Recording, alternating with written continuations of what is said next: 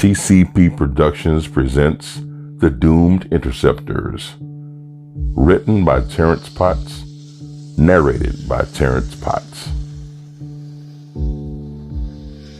In the void between the gas giant planet Jupiter and Mars, 4 United System Navy destroyers move swift and straight on course to intercept an intruder.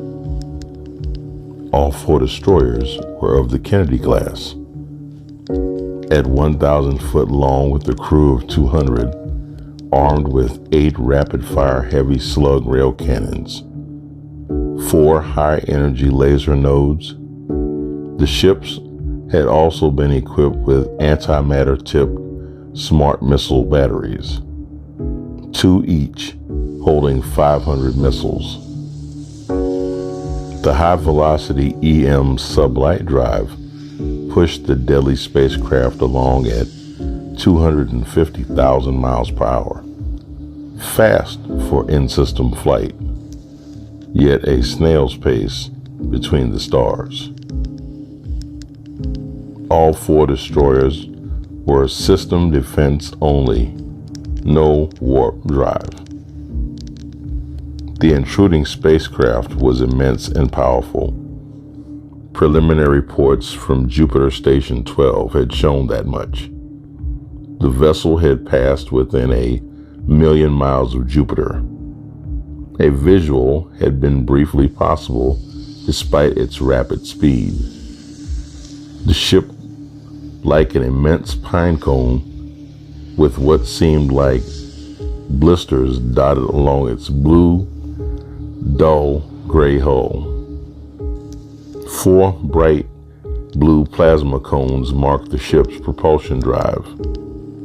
Obviously some sort of advanced ion propulsion. Sensor scans, however, could not penetrate the hull. Therefore, weapons analysis was not possible. Truly a mysterious spacecraft. The 4 Navy destroyers, Reinhold, Washington, Vopasek, and Kaiser. Washington was the command ship of the flight. Her captain, Dexter Munderhoff, had been in the Navy for almost 30 years. He had seen combat in several battles in other systems. Now close to retirement, he had been assigned to home system defense duty. Not his choice, but he was a man of honor and duty. He would go wherever his beloved Navy needed him. With no wife or kids, space service was his whole life, and he loved it. On the command deck of the Washington, the tactical officer reported to Captain Dexter, "Sir, the intruder is now on course to intercept us, sir. They are decelerating, sir." Dexter raised an eyebrow. The intruder had surprised him, yet he was relieved that for now the ship was not headed for Earth. "Thank you, Lieutenant Alston. Please continue monitoring them. Tom, contact our consorts. Live channel, please." The comm officer obeyed, and a moment later, the channel opened. Captain Dexter's deep voice boomed on the live feed aboard the other destroyers. "Listen up. The intruding spacecraft seems to want to come to us. We don't know their intentions, but we will not take chances. Go to battle stations and adjust course and speed for interception. If they are hostile, we will show their ass the door. That is all." Chapter 2. After several hours of complex maneuvers, both the intruder and destroyers were now on a final interception course. At 100,000 miles, the sensor officer aboard the Washington screamed out her report, surprise in her words. "Captain, enemy ship Locking up our formation, sir. Missiles inbound. Power spike from enemy ship, sir. Dexter cursed. Shit. Emergency evasive maneuvers. Weapons hot. Point defense on autocannon. The inbound missiles were only 9-foot-long poles. However, they packed a 5-pound antimatter warhead, and over 1,000 were headed for the frantically maneuvering destroyers. 1 ounce of antimatter could destroy a city the size of New York, but 5 pounds? An entire continent. Sensors had determined that much. The enemy missiles covered the 100,000 miles in less than 2 minutes. All 4 destroyers' point defense lasers fired hot blue beams and pulses, destroying all but 8 missiles. Kaisar rocked violently as 2 missiles slammed into her shields, which were now gone, taking critical ship systems down too. The 3rd missile struck the hull directly. All 200 crew instantly perished, the massive antimatter explosions turning the Kaisar into a miniature exploding sun. Vopasek had lost her shields as well. Powerful particle beam cannons had battered down her hull too.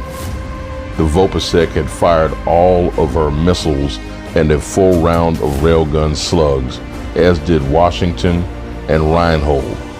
They had not yet been damaged. The enemy ship detected the incoming missiles from the Earth warships. Immediately, the ship's combat computer fired concussion mines with proximity fuses as the Earth warships' missiles closed range. The proximity mines detonated, destroying all targets. As for the railgun slugs, they were too small and fast, and soon the superior shields of the enemy ship weakened. The heavy railgun slugs were traveling at 20% the speed of light. No energy screen known could stand up to all of that kinetic energy. Even so, the enemy had another surprise for the humans. The alien intruder had realized that attempting to reinforce its shields was an exercise in futility. The thousands of heavy railgun slugs' combined kinetic energy was just too much. The shield generators exploded before the automatic shutdown safety procedures could take effect. The alien crewmen nearby perished as the explosions vented atmosphere into space.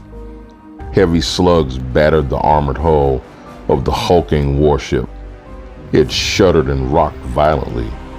The combat computer began to calculate the odds of survival. Apparently, these humans are not weak.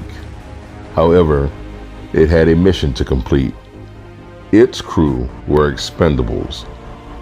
As the computer fired up its powerful sublight drives, it turned towards the remaining human warships. A record drone capable of FTL travel was launched to monitor the last fight. The crew of the Vopasek had begun emergency repairs as the autoloaders prepped the rail cannons to fire again. Undamaged, Washington and Reinhold were already reloaded and ready for round 2. All missiles had been used up. Now it would be a gunfight to the death. On the Washington, Captain Dexter eyed the sensor feed on his tactical screen. The display showed all ships' speed and positions. As he studied the symbol for the alien warship, he suddenly realized that its approach velocity was almost like a suicide run. But why? Surely they would retreat to report to their leaders, wouldn't they? But not if they already somehow had done that. Shit! The captain barked aloud. Everyone on the comm deck turned to him. Put me on comm! The tech immediately connected Captain Dexter to the Vopasek and the Reinhold. The bastards doing the suicide run. We have to stop them now. Set cannons on rapid fire. We will transmit to home command until the last ship. But they will not reach Earth. Fire! The combined firepower of the three destroyers began hitting the massive alien ship. However, the lethal range of the aliens' particle cannons would now be realized. 12 white-hot beams of high energy struck the already damaged Vopasek, instantly melting hull armor and people as the searing hot energy vaporized internal vital ship components. Suddenly, Vopasek was an expanding fireball of plasma and debris. No survivors. Reinhold was hit hard.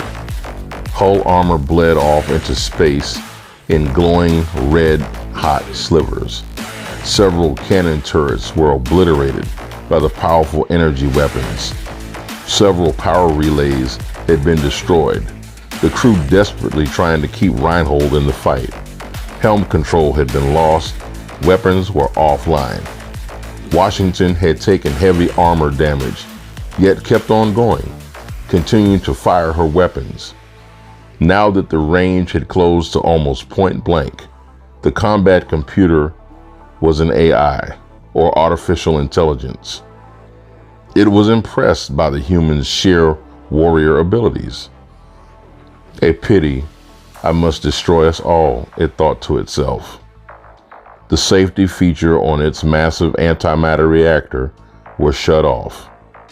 As matter and antimatter touched each other, a miniature sun expanded, its destructive energy release 100% efficient. Captain Dexter saw the readings even as he marveled at the sheer mountainous size of his adversary. His sensor officer never finished her report. Captain Dexter's last words were, "Well played." After a few moments, only gamma radiation and trace gases were all that remained. So this is the end of this audiobook, The Doomed Interceptors, written by Terrence Potts, narrated by Terrence Potts. Thank you for listening.